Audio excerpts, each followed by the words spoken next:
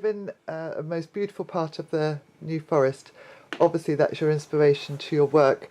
When do you think you started having this relationship with regard to painting trees, as opposed to sort of moving from your graphics right into nature, which are pretty juxtaposed? I actually painted all my life, so there wasn't any real transition. Even when I was a graphic designer, I still painted for my own pleasure, and I started, I suppose, 10 or 15 years ago, I started running down the graphic side of it, and my paintings began to sell. In fact, I started winning a few competitions, and then the mortgage was paid off, so that just gave me the opportunity to start painting.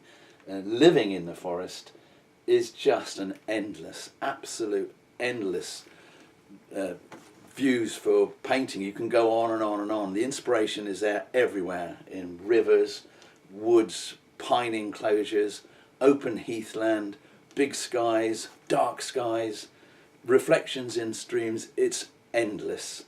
I tend to work in a series of paintings which might take a year or even longer. The first one of the big series was called A Year in the New Forest, and that was sort of 12 huge, really, really big paintings in oil, which was 12 specific sites around the New Forest. And I worked with a photographer called Hugh Lawn, who took black and white photographs around, and we had a couple of major exhibitions of the work that progressed from that. Then I did a series of 50 paintings called Ponds, Puddles and Paths, and that was just, again, that was all over the New Forest, and just finding compositions that worked, reflections in ponds, and without repeating myself, puddles and paths, just sort of disappearing into the mist sometimes, sunset, sunrises. That was about 2 years' work, maybe a little bit longer. Then and now I'm actually working on Beaulieu River, from the source to the Solent. That's the series I'm working on. This painting here is in fact one of those.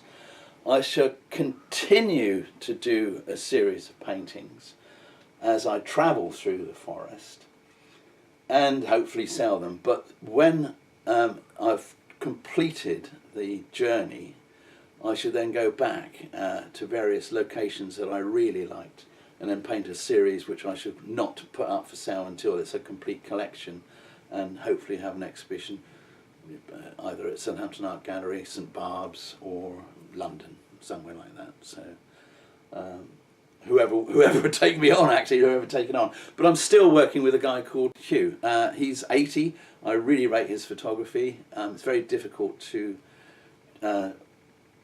take coloured photographs of the same places that I'm working. So he actually works in black and white, and I think that's even harder than painting, because to make the forest zing as a photograph is a more difficult task than painting, because I can add colour, I can push colours back and tones, whereas he has to take what he takes, and he doesn't use Photoshop, so the shots that he uses are good.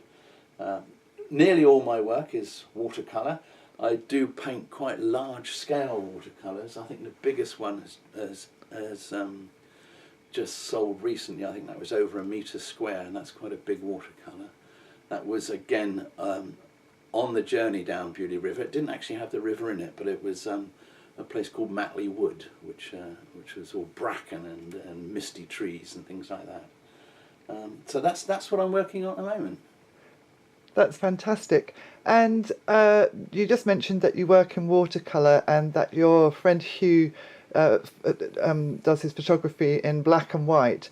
When you prepare for your painting, is it from a sketch, or do you ever work from photographs?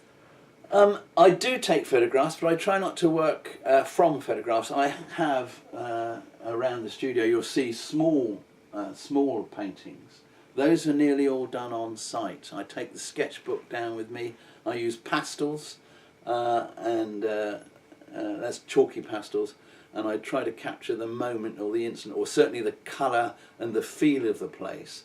I then do take a photograph, but I work outside to capture the sort of moment I then bring back those sketches, and Hugh and I might be out for a day, a whole day. He might make 1 or 2 photographs. I might do sort of 5 or 6 sketches, nearly all of the same location. I might just walk down the river a little bit, or come back, or wait for the sun well, we get up early in the morning to rise, or if we're there in the evening for the sun to set, because obviously the lower the light, the sort of stronger the contrast in the shadows, which is what I'm always looking for, some lights and darks. So yeah, I sketch a lot. I do pencil drawings, I make colour notes, I do all sorts of things. I do, and if I kind of get lost, then I refer to the photographs. I prefer not to work from photographs. Because of my background, I was an airbrush illustrator, superfine realism, very, very tight artwork. And if I start working from a photograph, I can actually feel myself just becoming an illustrator and not a painter.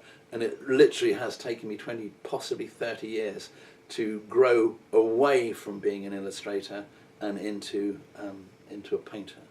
And I think it's still within me.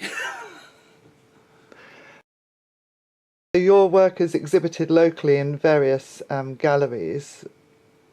Yeah, it is, and of course one of the galleries is Coastal Gallery in Lymington, and they really, really promote my work, and I think it's great. I love the work that's there, and I actually feel quite privileged to be there, because whenever you go there, there's just not one piece of work that isn't good. They're all good art.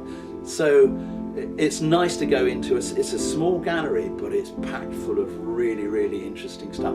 They do work hard at promoting work, and they do exhibit excellent, a range from sculptures right down to